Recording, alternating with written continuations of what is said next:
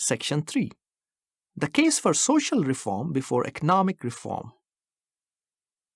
Let me now turn to the socialists. Can the socialists ignore the problem arising out of the social order? The socialists of India, following their fellows in Europe, are seeking to apply the economic interpretation of history to the facts of India. They propound that man is an economic creature, that his activities and aspirations are bound by economic facts, that property is the only source of power. They therefore preach that political and social reforms are but gigantic illusions and that economic reform by equalization of property must have precedence over every other kind of reform. One may take issue with every one of these premises on which rests the socialists' cause for economic reform as having priority over every other kind of reform. One may contend that the economic motive is not the only motive by which man is actuated, that economic power is the only kind of power no student of human society can accept, that the social status of an individual by itself often becomes a source of power and authority is made clear by the sway which the Mahatmas have held over the common man. Why do millionaires in India obey penniless sadhus and fakirs? Why do millions of paupers in India sell their trifling trinkets which constitute their only wealth and go to Benares and Mecca?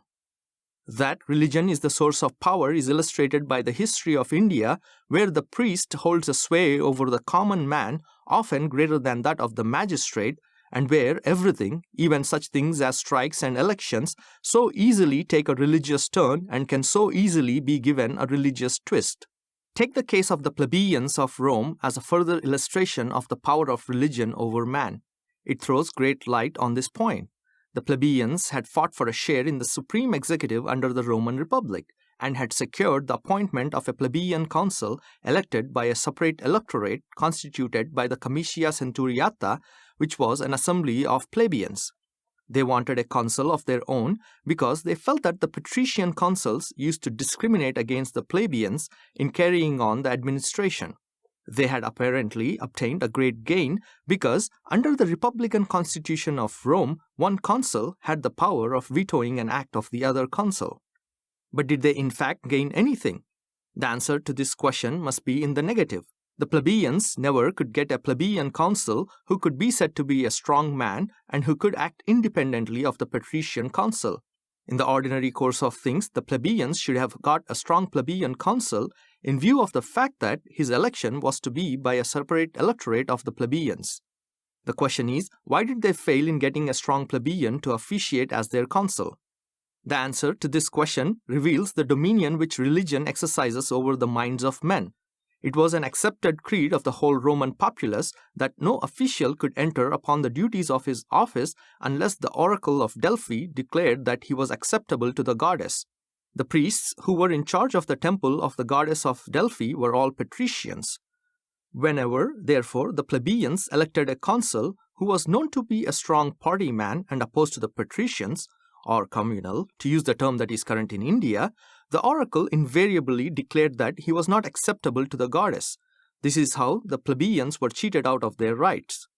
But what is worthy of note is that the plebeians permitted themselves to be thus cheated because they too, like the patricians, held firmly the belief that the approval of the goddess was a condition precedent to the taking charge by an official of his duties, and that election by the people was not enough.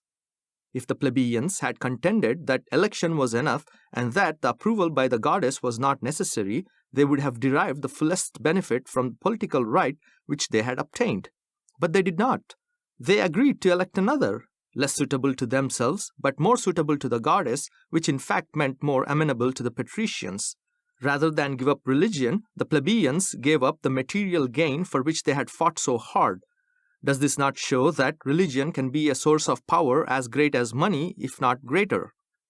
The fallacy of the socialists lies in supposing that because in the present stage of European society, property as a source of power is predominant, that the same is true of India, or that the same was true of Europe in the past. Religion, social status, and property are all sources of power and authority which one man has to control the liberty of another. One is predominant at one stage, the other is predominant at another stage. That is the only difference. If liberty is the ideal, if liberty means the destruction of dominion which one man holds over another, then obviously it cannot be insisted upon that economic reform must be the one kind of reform worthy of pursuit. If the source of power and dominion is, at any given time or in any given society, social and religious, then social reform and religious reform must be accepted as the necessary sort of reform. One can thus attack the doctrine of the economic interpretation of history adopted by the socialists of India. But I recognize that the economic interpretation of history is not necessary for the validity of the socialist contention that equalization of property is the only real reform and that it must precede everything else. However, what I would like to ask the socialists is this: can you have economic reform without first bringing about a reform of the social order? The socialists of India do not seem to have considered this question. I do not wish to do them an injustice. I give below a quotation from a letter which a prominent socialist wrote a few days ago to a friend of mine, in which he said, quotation begins, "I do not believe that we can build up a free society in India so long as there is a trace of this ill-treatment and suppression of one class by another. Believing as I do in a socialist's ideal, inevitably I believe in perfect equality in the treatment of various classes and groups. I think that socialism offers the only true remedy for this as well as other problems." Quote ends. Now the question that I would like to ask is it enough for a socialist to say, "I believe in perfect equality in the treatment of the various classes"? To say that such a belief is enough is to disclose a complete lack of understanding of what is involved in socialism. If socialism is a practical program and is not merely an ideal, distant and far off, the question for a socialist is not whether he believes in equality. The question for him is whether he minds one class ill-treating and suppressing another class as a matter of system, as a matter of principle, and thus allowing tyranny and oppression to continue to divide one class from another. Let me analyze the factors that are involved in the realization of socialism in order to explain my point fully. Now, it is obvious that the economic reform contemplated by the socialists cannot come about unless there is a revolution resulting in the seizure of power. That seizure of power must be by a proletariat. The first question I ask is, will the proletariat of India combine to bring about this revolution? What will move men to such an action? It seems to me that, all things being equal, the only thing that will move one man to take such an action is the feeling that other men with whom he is acting are actuated by a feeling of equality and fraternity, and above all, of justice. Men will not join in a revolution for the equalization of property unless they know that after the revolution is achieved, they will be treated equally and that there will be no discrimination of caste and creed. The assurance of a socialist leading the revolution that he does not believe in caste, I am sure, will not suffice. The assurance must be the assurance proceeding from a much deeper foundation, namely, the mental attitude of the compatriots towards one another in their spirit of personal equality and fraternity. Can it be said that the proletariat of India, poor as it is, recognizes no distinctions except that of the rich and the poor? Can it be said that the poor in India recognize no such distinctions of caste or creed, high or low?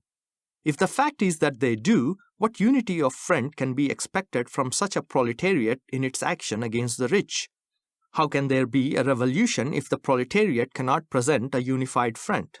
Suppose, for the sake of argument, that by some freak of fortune a revolution does take place and the socialists come into power, will they not have to deal with the problems created by the particular social order prevalent in India?